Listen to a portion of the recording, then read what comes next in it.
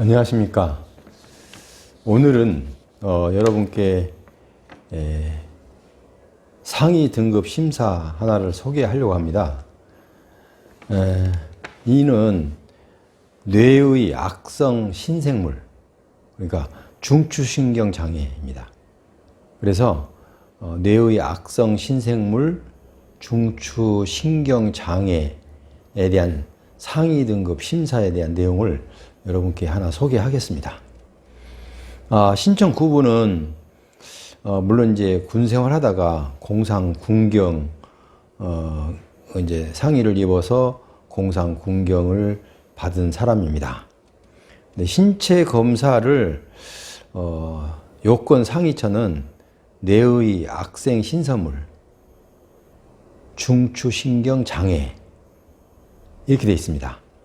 자, 그러면 이제 보훈병원의 신체 검사를 받게 되었는데요. 물론 신검 과목은 신경외과겠죠.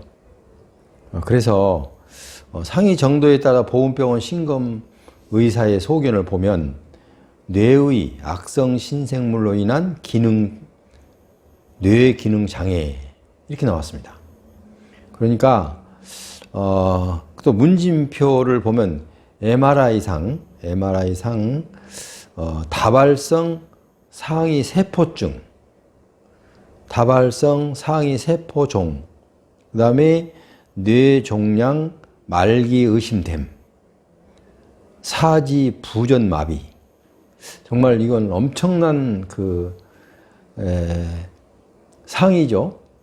왜냐하면 이 정도 상위가 되려면 정말 큰 사고를 당하지 않고는 이 정도 상위를 받기 등급이 이 신청사에서 이 검사에서 이렇게까지 나오기는 좀 드문 상황입니다. 제가 지금까지 여러분께 소개한 상위 등급 심사에 대해서는 아마 가장 높은 등급 1급 1항 4101에 해당되는 정말 가장 혜택이 많은 1급까지 혜택을 받은 사례입니다. 자, 그런데 보훈병원의 신체 검사를 하는 것으로 부족해서 제가 지난 시간에 이런 말씀을 드린 적이 있습니다. 우리가 보훈병원의 신체 검사를 받을 때 항상 갈 때 내가 보훈병원 신체 검사한 신검의가 혹시 무슨 자료 제출할 게 있습니까? 라고 묻는다고 분명히 말씀드렸어요. 자, 그러면은 있는 사람과 없는 사람과 차이가 있습니다. 왜냐하면 없는 사람은 없습니다. 그러면 이제 보훈병원 그 전문의가 나름대로 신청사를 해서 나름대로 이제 그 검사 기록을 보고 보고서를 작성해서 보훈심사위원회에 제출하게 됩니다. 그런데 네, 있습니다. 이게 뭐냐면 상급 종합병원에서 똑같은 여기서 신체 검사하는 내용하고 거의 유사한 신체 검사를 했습니다. 그 기록과 검사표와 의사의 그 소견을 가지고 왔습니다. 라면서 제출합니다. 자, 이런 경우와 그냥 아무것도 없습니다. 여기서 하나 덧붙이자면 자기가 신체 검사를 받으러 가면 자기 상의에 대해서 설명을 또 해야 됩니다. 어디 아픈 데 없습니까? 또 묻습니다. 신검의가. 그러면 좀 자기가 설명을 잘해야 됩니다. 나 별거 아닙니다. 이런 식으로 별로 아픈 데 없고요. 옛날이랑 비슷합니다. 이렇게 하면 절대 안 됩니다. 왜냐하면 약간의 자기가 안고 있는 자기가 현재 고통을 받고 있는 모든 사항을 좀 소상하게 설명을 드려야 됩니다. 너무 긴 설명도 또 의사는 별로 좋아하지 않습니다. 왜냐하면 많은 사람들이 신체 검사를 하기 위해서 기다리고 있기 때문에 마음이 급한 가운데 불필요한 얘기는 많이 필요 없습니다. 사실은 그래서 포인트를 정리를 잘 해가서 이런 부분은 이렇게 아프고, 그러니까 자기가 지금 그 신체 검사를 받는 상의에 대해서만 얘기해야 됩니다. 상의에 대해서 어디가 어떻게 불편하고 어디가 이렇게 힘들고 이런 내용을 간략하게 메모해 가지고 와서 읽어야 됩니다. 물론 읽지 않고 외우면 더 좋겠죠? 자, 그렇게 해서 하는데 이분은 워낙 그 장애가 중추신경 장애가 좀 심한 사람이라서 종합병원에 역시 가서 검사를 받았습니다. 종합병원에 가서 검사를 받으니까 거기서는 악성 뇌종양으로 뇌실창 댐술 그리고 뇌척추 수액을 뽑아서 관을 통해서 복강으로 배출하는 수술을 시행했어요. 자, 그러니까 뇌척추 수액을 뽑아서 관을 통해서 복강으로 배출하는 수술을 시행했어요. 또 그다음에 그 대학병원에서 뇌물 혹에 배수관을 설치하여 2개 내압을 줄이는 수술을 했어요. 그리고 현재 시야 결손장애 그리고 양측 팔다리 근력 이축으로 보행이 불능합니다. 24시간 보호자의 간병 아래 식사 제공과 용변 처리를 합니다. 그러니까 이분은 보호자의 간병이 없으면 아무것도 할 수가 없습니다. 식사도 못하고 용변 처리도 못합니다. 뭐 어떻게 보면 정말 안타까운 사정이죠. 그런데 처음에 이분이 신청 당시에는 상위 등급 3급 5호를 받았어요. 3급 5호를 받고 나니 너무 억울하다는 생각이 들었습니다. 신체검사를 받기 전에 종합병원에 가서 잠시 전에 제가 열거했던 그 내용을 검사를 해서 그 자료를 제출했습니다. 자, 그래서 이제 관련법은 국가유공자법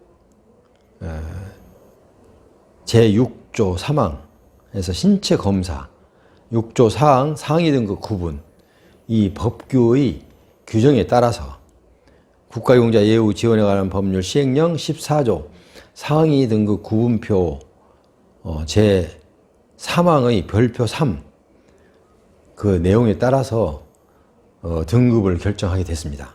근데 보훈심사위원회에서는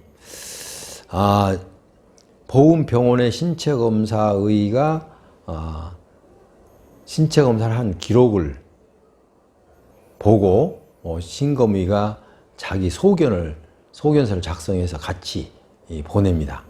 보냈고 또 이분은 아까 지난 시간에 얘기했듯이 상급 병원에서 아까 그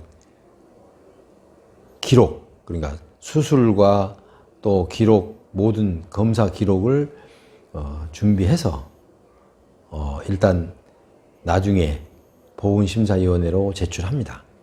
그래서 결국은 가장 상위 등급의 높은 1급 1항 사하나 015에 해당되는 등급을 받았습니다.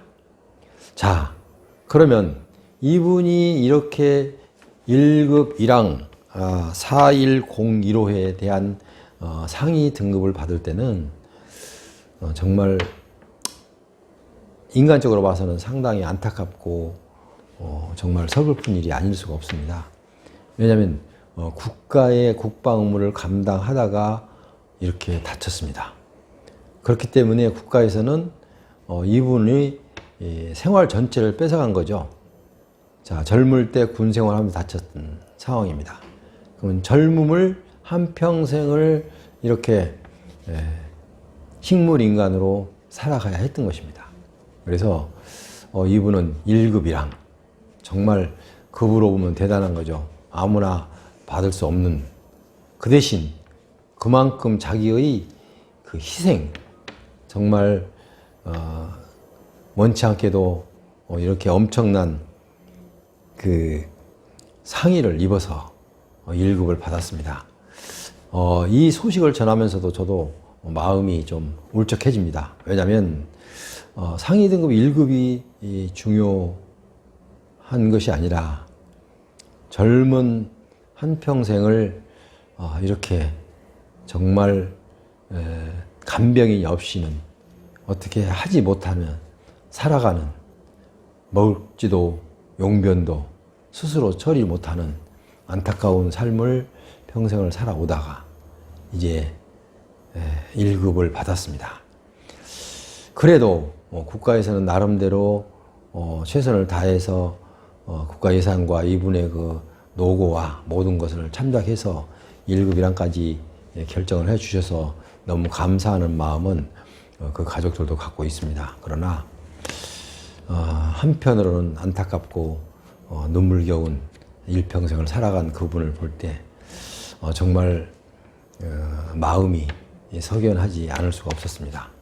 그래서 이 소식을 전한 저도 마음이 울적해서 정말 이 소식을 전할까 말까 몇 번 망설였습니다만, 이런 경우도 제가 꼭 말씀드리고 싶은 것은 내가 공상을 인정을 받고 신체 검사를 언제 신체 검사를 하라는 통보를 받으면 보훈병원에 가서 보훈병원장이 임명한 그 과목 전문의가 신체 검사를 할 때 내가 또 따로 상급병원, 그러니까 보훈병원보다 좀 시설도 좋고 모든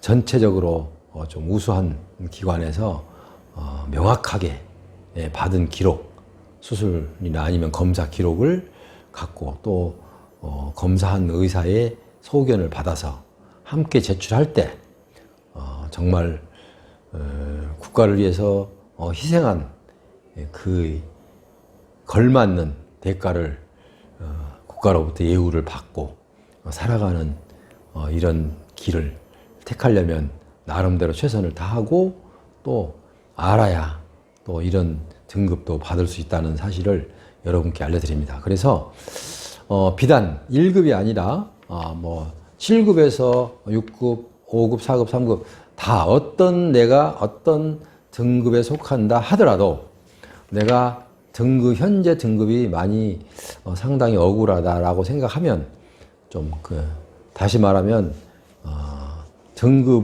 승급을 받고자 하면 보훈심사위원회에서 이 등급을 받은 이후로 2년이 경과한 후에 아니면은 2년이 경과하지 않더라도 그 질병이 더 악화됐을 때 일반 상급 종합병원에 가서 정밀 검사를 받고 그 내용을 검사 기록과 검사 의사의 소견을 진단서와 소견을 쟁취해서 제출하는 것이 여러분께 상당히 도움이 되라는 생각에서 지금까지 상위 등급 때문에 고민하는 많은 우리 국가유공자 여러분, 이 점을 꼭 유념해서 어떤 분들은 상급병원에 가도 보훈 병원에서 한 것과 유사하게 나오는 경우도 많이 있습니다. 그러니까 그거는 아무도 알지 못합니다. 그러나 내가 할 수 있는 노력은 다 해봐야 된다라는 생각으로 오늘 이 방송을 해드렸습니다. 지금까지 함께 하신 여러분 대단히 감사합니다. 이 사례를 여러분께 알려드렸는데요. 제가 설명한 내용이 지난 그 방송과도 약간 겹치는 부분이 없지는 않습니다. 그러나 아주 중요하기 때문에 한 번 더 강조했던 것입니다. 그래서 앞으로 상위 등급을 승급을 받고자 하시는 분들은 이 점을 꼭 기억하시고 또 그게 도움이 필요하시면 저한테 전화를 주셔서 함께 노력해서 등급을 상향하는데 같이 힘써 준비했으면 좋겠습니다. 지금까지 함께 하신 여러분, 제 이 방송이 유익했다면 여러분 구독과 좋아요라고 알람송까지 좀 꾹 눌러 주십시오. 그건 저에게는 큰 힘이 됩니다. 그래서 제가 앞으로도 국가유공자에 관한 모든 것을 여러분께 다시 전해드릴 수 있도록 함께 저에게 힘을 실어주시기 바랍니다. 그리고 지금까지 당부를 하나 드리는데요. 지금까지 댓글을 달아주신 여러분께서는 댓글을 다실 때 댓글 맨 밑에 하단에 여러분의 연락처를 적어 놓으십시오. 그러면 제가 연락을 드려서 상담하기가 쉽습니다. 그리고 연락처를 남기는 게 좀 그렇다. 그렇게 생각하시면 제 전화번호를 거기다 남길 테니까 제 전화번호를 이용해서 저에게 상담을 요청하십시오. 구독하신 시청자께서는 저의 임시 회원이 됐기 때문에 편안한 마음으로, 가벼운 마음으로 저에게 상담을 요청할 수 있습니다. 그럼 저도 성심성의껏 여러분께 도움을 드리도록 최선을 다하겠습니다. 지금까지 함께 하신 여러분 대단히 감사합니다. 다음 시간까지 안녕히 계십시오.